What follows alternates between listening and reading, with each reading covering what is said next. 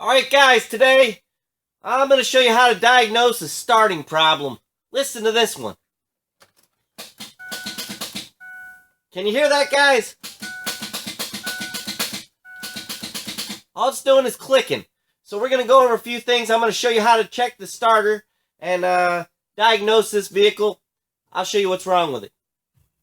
First thing you want to check, guys, is the wires on the battery and different connections. You can see these wires are loose on the battery terminal. That's all got to be redone and fixed before we go any further.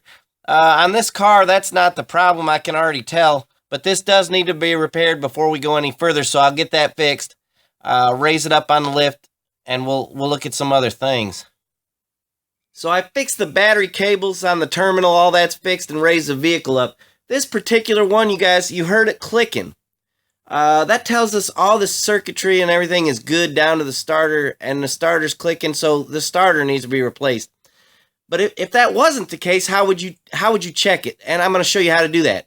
But the next thing we need to check on this vehicle, because it is clicking, is just to make sure that the engine isn't seized. If the engine was seized, guys, it would still make that clicking noise. So I'm just going to put a ratchet on the harmonic balancer and spin it over just to make sure it's not locked up, and then we'll move on to the starter.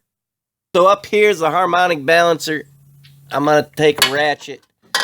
This is just something you can do, guys, to avoid replacing a starter that doesn't need to be replaced.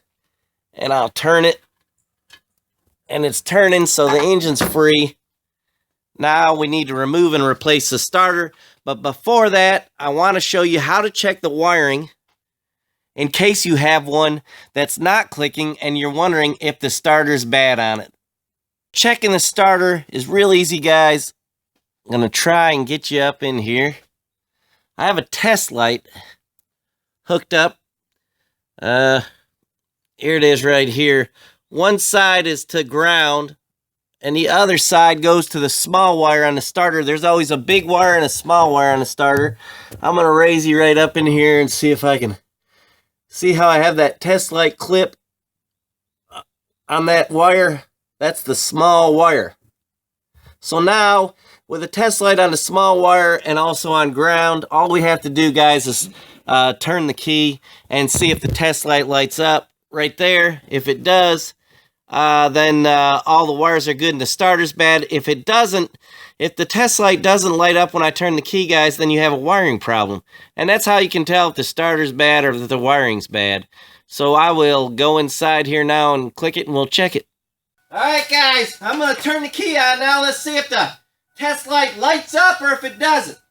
And it should.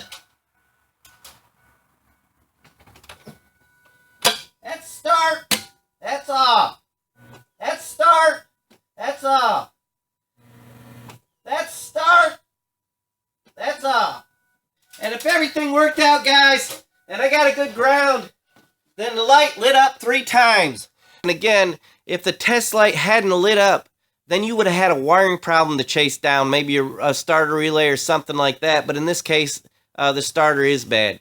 Guys, this is the difference between a good mechanic and a bad one. Take the time to diagnose the problem and figure out what's wrong with it. Don't just hang parts on a car and keep returning them like an idiot.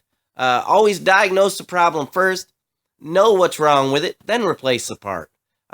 Just a short video, guys. I hope it helped. Oh, don't forget, send money.